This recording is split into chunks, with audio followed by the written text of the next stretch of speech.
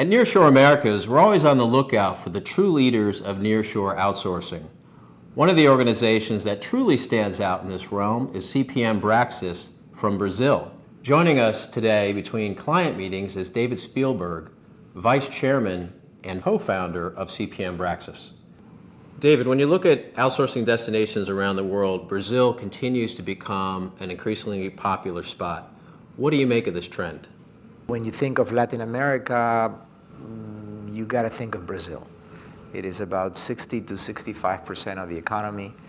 It is highly developed in terms of its IT functionality and investment in technology. It's a country that is trained in management, that has large companies, that graduates a significant amount of professionals, 100,000 engineers and scientists per year. Brazil has always had a relatively developed IT services industry. I mean, the local consumption of IT services is in the order of $20 billion. There is at least 1 million, some people say 1.5 million people working in IT services. So it's not that IT is new to Brazil. What is newer to Brazil is the provision of IT services from Brazil to the rest of the world.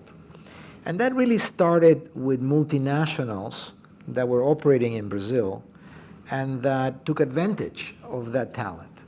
The IBM Global Services, the Accentures, they came to Brazil early on.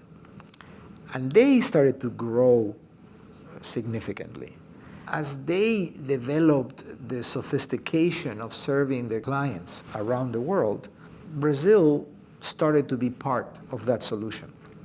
CPM Braxis was created to be the first Brazilian company that actually has the scale, the breadth, the capitalization, and the reach to be able to play as a global company.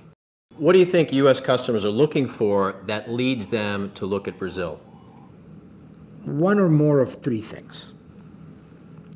If they are a sophisticated offshoring user that has a lot of experience with Asia, they are looking to de-risk from Asia, basically saying, I have a great experience, I have more to offshore. It's just getting to the point where all the eggs in one basket is not a very good idea. They have discovered the good and the bad of different time zones. If you have processes that require very constant communication, you don't want to be talking to the night shift. And finally, culture.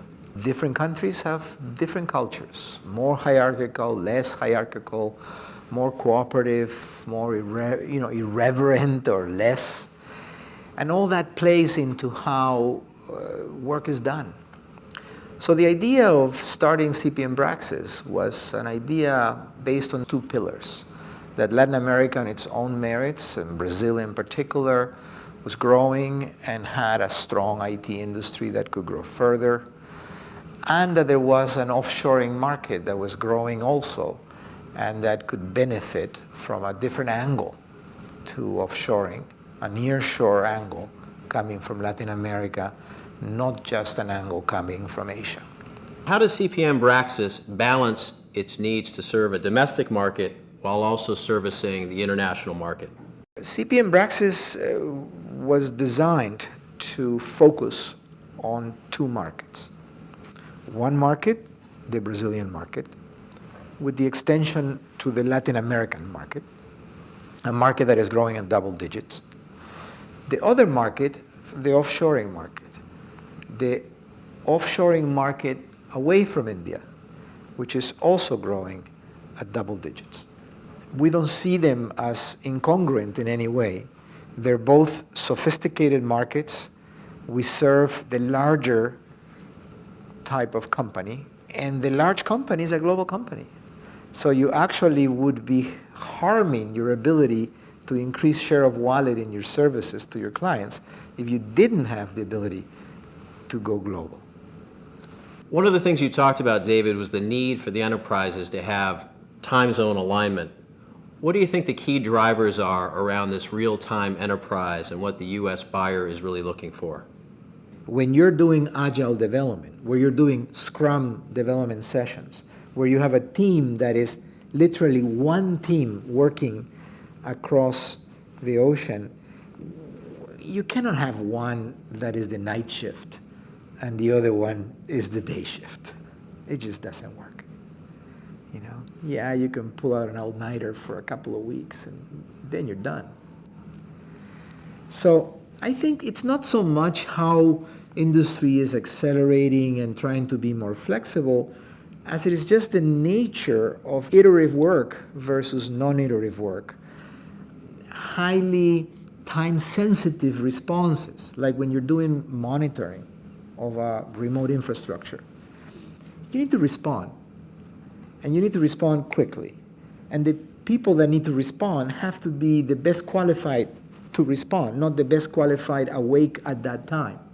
Being in the same time zone allows you to have a level of interaction with your client that accelerates the solutions of processes, that brings a level of productivity that is significantly higher because of that. Tell us more about some of the drivers behind infrastructure services. Infrastructure services is the fastest growing area of business for us, and not because it starts from a small number. About 35 to 40% of our revenue comes from infra services today. In infra services, you do look for long-term benefits to be realized. You do look for that continuous improvement that you can gain. And what we have seen is that we are able to provide from Brazil not only lower cost services, but a much higher level of iterative improvement. What our teams do is they are continuously analyzing the processes they're monitoring and doing correlations to understand cause and effect as they get to know more and more these effects. And based on that information, they provide feedback to the client on how to improve certain processes to prevent things from happening that are happening, or how to respond with a smaller number of people, or optimizing one way or another the processes.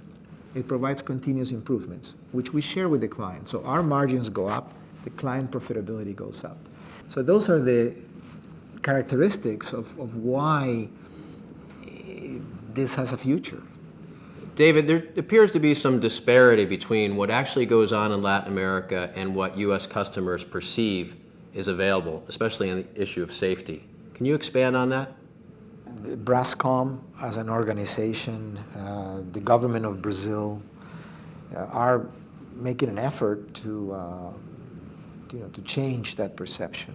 And as the economy of Brazil has improved significantly, I mean, think about it, over the last 15 years, the people under the level of poverty has halved. I mean, tens of millions of people have entered the middle class from the bottom. And the net effect of that is there's less crime.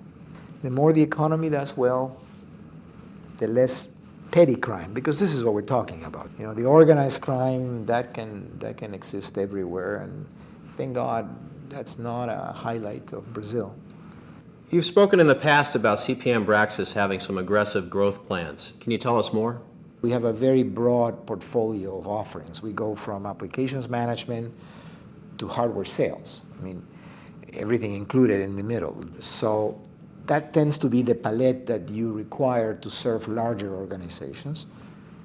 That's our target. To give you an example of how that target plays, we grew in sales from 2009 to 2010, 40%. 97% of that growth was same client. This was growth inside of these large customers through a portfolio of many offerings. They were, happy with what we were doing in area A. It was easier to expand to area B. That's the same model we're taking to the rest of the world. Our desire is to develop a long-term relation by which a significant part of the services that our clients require are being provided by us. To do that, You need to have a long-term horizon. You need to have a sell and do type of sales force. People who are responsible not just for bringing in a sale, but for actually delivering.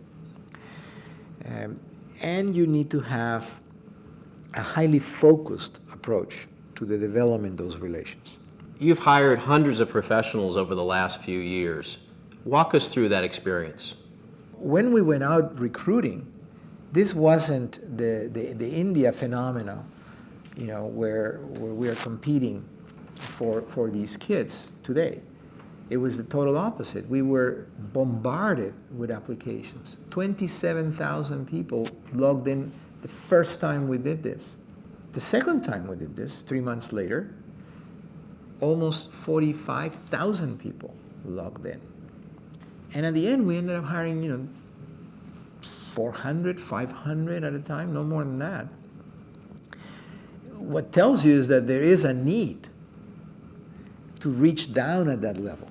That's real social responsibility. That's not artifacts. That's not bringing bread and giving it away. That's creating jobs, significant professional services jobs.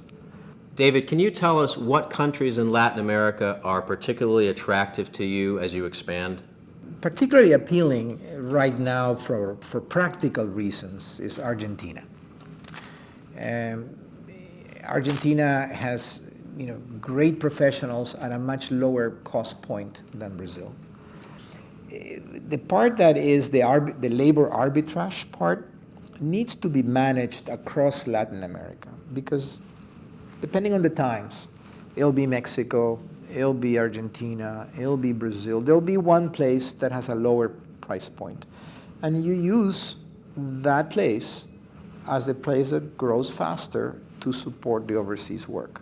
As long as everybody has the same approach, the same methodological capabilities, you can have your development or data centers in one location or another.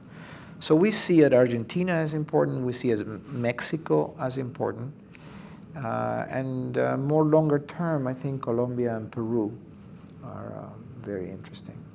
Tell us about your leadership team and the kind of principles they're aligned around. Our CEO, Jose Luis Rossi, was the head of one of the IBM Global Services divisions in Europe. He ran all the South region in Europe. And he came to IBM from Pricewaterhouse. So he was a PwC partner, and he actually was the partner that was running consulting for Latin America. Extremely experienced, but also entrepreneurial in his approach because of the partnership model. Rogerio Brescia, who is our COO, was the head of Ernst & Young Consulting in Brazil. Then he joined Unisys, and he ran Unisys telecommunications practice in the Americas. Telco clients are huge clients, so his understanding of large contracts and that span from development to data centers and real-time telecommunications is vast. Our CFO comes from cross-border trading. He built trading companies that import parts for local manufacturers. It gave him that understanding of all the nuances of cross-border work, the regulations, the law, the differences in the talent, the taxation policies. His ability to optimize that and to interact with more sophisticated financial environments allows us to structure deals and contracts in better ways. Like that, you keep going down, you will find significant professionals, either from the companies that we merged to form our company, or people we've attracted since then. But the most important long-term element is that hiring at the base. And that unique ability we have, I don't know for how many more years, to really choose. Because when you have such a large pool and you get to pick 500 out of thousands, we're really picking amazingly motivated, driven young people that will become the next generation of those leaders being trained by that group on the top.